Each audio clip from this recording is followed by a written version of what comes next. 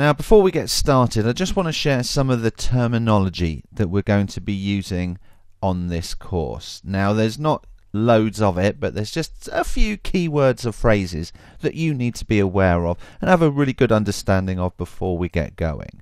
So, the first phrase that we're going to come across is blog. Okay, blog comes from the phrase weblog, which back in the old days of the internet, in the 90s, a weblog would be information that is updated on a regular basis, maybe daily or weekly update.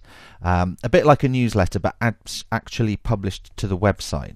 Now, weblog soon got abbreviated down to blog, and really it's just a website that is on the internet that is updated with recent information, the most recent being at the top and the least recent being at the bottom.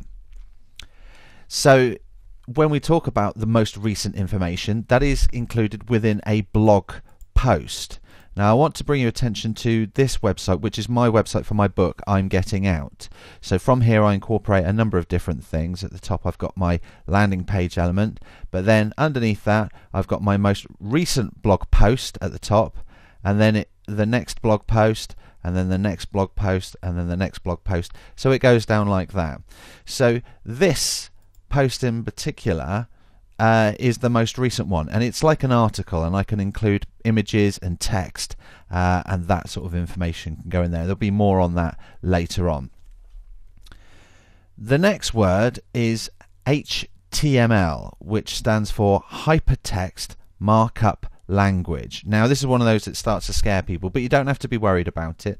As I explain later on in the course, HTML is just another language. So think of the Italian language or the Spanish language or the German language. You may not understand how to speak it, but you understand that it's there and you understand that it's a means of communication. Well, HTML is exactly the same. It is a language for computers to be able to display information on web pages. And to give you an example, this is what HTML code looks like. So underneath the skin of a particular website, so here we have lots of words and pictures, but underneath the bonnet, underneath the hood of our website is this HTML code. The next phrase I want to talk to you about is gadgets.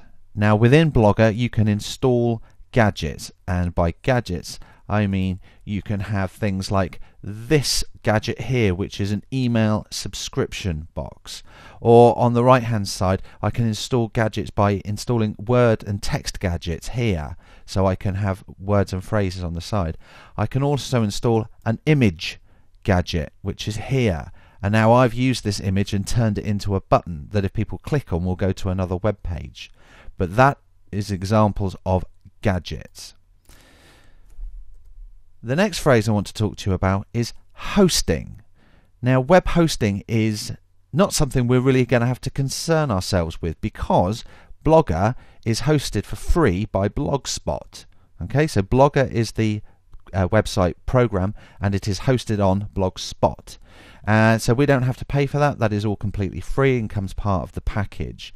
But if you were to get a website created by a web designer, you would have to get web hosting, which costs anywhere between say a few dollars or a few pounds a month, depending on what sort of website you have. But you could go up to the hundreds of dollars or hundreds of pounds. The next one then is comments.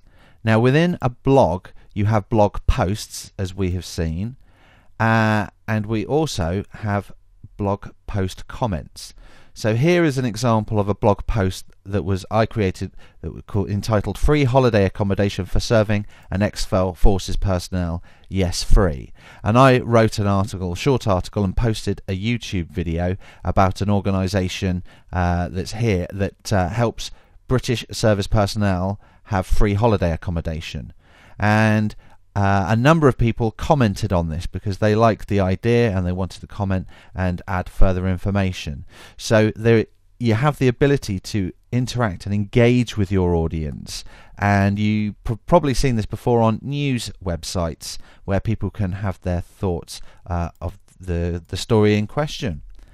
And really, that's about it. That's all the comments and the terminology that we want to discuss. Everything else is in layman terms. It's all easy to understand. I'm really looking forward to you getting started.